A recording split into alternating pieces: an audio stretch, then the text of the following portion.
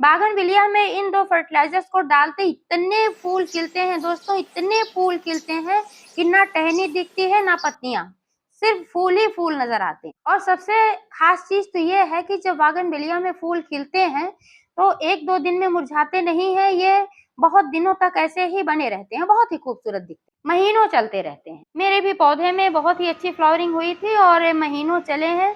जब हल्के हल्के इसके कलर डल होने लगे तब मैंने इसकी छटाई कटाई कर दी थी, क्योंकि दोस्तों जब एक बार इस पर फूल आ जाते हैं, जब इन टहनियों को हम कट करके नहीं हटाएंगे तो फिर इसमें से फिर से नई फ्लावरिंग नहीं हम पाएंगे। इसलिए एक बार फूल आने के बाद इसकी प्रूनिंग करना बहुत ही आवश्यक होता है। अगर आपने जमीन में बागनविलिया लगा करके रखा हुआ है तो उसमें तो बहुत ज्यादा फर्टिलाइजर डालने की जरूरत नहीं होती है। मिट्टी में जो पोषक तत्व होते हैं उतने से काम चल जाता है। सिर्फ 2-3 चीजों का ख्याल रखना पड़ता है कि धूप जहाँ लगती हो उस जगह पर लगाएं, क्योंकि बागनविलिया बहुत ज्यादा धूप पसंद करता है। कम से कम इसमें 7-8 घंटे की जब धूप लगती है तभी इसमें अच्छी फ्लावरिंग होती है। जब धूप कम लगती है तो पौधा तो हरा भरा रहता है, लेकिन इसमें फ्लावरिंग नहीं हो पाती है। बागनविलिया में कलियां नहीं बनती हैं, सिर्फ डायरेक्ट ऐसे ही फूल खिलने लगते हैं। फूल इसके पत्तियों की तरह ही दिखते हैं पहले, बाद में जब इसके कलर आते हैं तो लगता है कि हाँ फूल है। और ये इसीलिए इसको कागज के फूल के नाम से भी जाना जाता है, क्योंकि इसके फूल जो होते हैं बहुत ही पतले पतले से कागज जैसे होते हैं। पानी की बात करें दोस्तों तो बागनविलिया में बहुत ज्यादा पानी देने की आवश्यकता नहीं होती है। जब आप ज्यादा वाटरिंग करेंगे तो पौधा तो हरा भरा होगा और इसकी ग्रोथ भी बहुत ही तेज होगी, बट इसमें फ्लावरिंग नहीं होगी। बागनविलिया की मिट्टी जब पूरी तरीके से सूख जाए तभी इसमें पानी दें। ऊपर से कम 1 इंची मिट्टी पूरी तरीके से सूख जानी चाहिए, अंदर में तो थोड़ी नमी रहती ही है, तभी पौधा हरा भरा रहता है। अगर आप बारिश के पानी में भी इसको लगातार रखते हैं तो पौधे की ग्रोथ भी होगी, पौधा हरा भरा भी होगा, लेकिन इसमें फ्लावरिंग नहीं होगी। इसमें फ्लावरिंग लेने के बाद दोस्तों मैंने इसकी हार्ड प्रूनिंग कर दी थी, आप देख पा रहे हैं हाथ से। इसके बाद फिर से इसमें नई ग्रोथ बहुत ज़्यादा आ गई है और आज फिर से इसकी मैं थोड़ी सी कटाई छटाई करूँगी, क्योंकि शेप देना अच्छा होता है। ये जो शाखाएं हैं काफ़ी लंबी लंबी हो गई हैं, इधर उधर भाग रही हैं, और जब ये शेप में रहता है तो ज़्यादा अच्छा लगता है।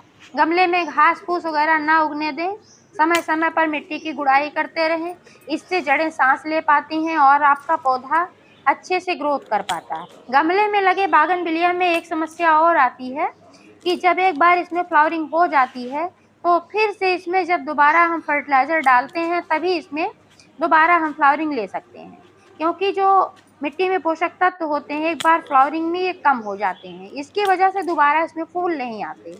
बागनविलिया में आप गोबर की खाद दे सकते हैं, गोबर की सड़ी हुई पुरानी खाद जो होती है बहुत ही अच्छी होती है, उसमें फास्फोरस वगैरह बहुत ही अच्छी मात्रा में होता है, और फास्फोरस जो होता है फ्लावरिंग के लिए बहुत ही जिम्मेदार पोषक तत्व होता है। आप कंपोस्ट खाद का भी इस्तेमाल कर सकते हैं। आज जो मैं फर्टिलाइजर इसमें डालने वाली हूँ दोस्तों, ये घर का बना हुआ कंपोस्ट खाद है, लेकिन इससे पहले मैं क्या करूँगी कि मिट्टी की गुड़ाई कर दूंगी और साथ में एक फर्टिलाइजर मैं और दूंगी। जब भी आप कोई भी फर्टिलाइजर दें तो मिट्टी की गुड़ाई करके या तो आप 2 इंची मिट्टी निकाल कर जड़ों में फर्टिलाइजर दें, या फिर आप मिट्टी में ऐसे ही फर्टिलाइजर को मिला दें। जब आप जड़ों में देते हैं तो ज़्यादा फायदेमंद होता है, लेकिन अगर मिट्टी में डालते हैं तो ठीक तरीके से आपको मिलाना चाहिए। 2-3 मुट्ठी इसमें कंपोस्ट खाद इस तरह से ऐसे ही डालकर खूब अच्छी तरीके से इसको मिला देना चाहिए। ये घर का बना हुआ कंपोस्ट खाद है, मार्केट का नहीं है।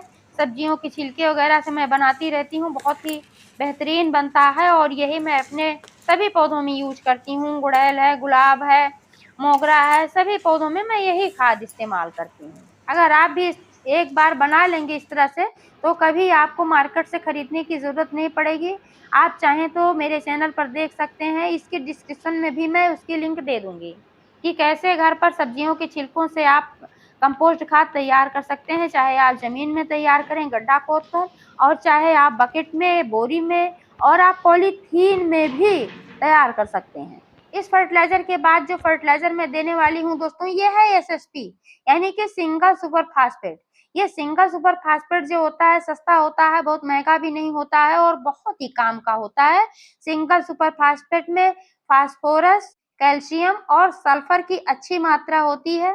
फास्फोरस फ्लावरिंग के लिए जिम्मेदार होता है, जबकि कैल्शियम जो होता है ये तने को मजबूत बनाता है और पौधे को रोग प्रतिरोधक क्षमता देता है। फूलों को भी बढ़ावा देता है। सल्फर जो होता है पत्तियों को ग्रीन रखने में मदद करता है और भी पौधे को पोषण देता है। क्वांटिटी की बात करें दोस्तों तो 12 इंच के गमले में 1-2 चम्मच पर्याप्त है। इस फर्टिलाइजर को भी अच्छी तरह से मिट्टी में मिला देना है और ऊपर से देना है पानी। आप देखेंगे कुछ ही दिनों में आपका पौधा फूलों से लद जाएगा। जानकारी पसंद आई हो तो लाइक शेयर सब्सक्राइब जरूर करिएगा। पूरा वीडियो देखने के लिए बहुत बहुत धन्यवाद।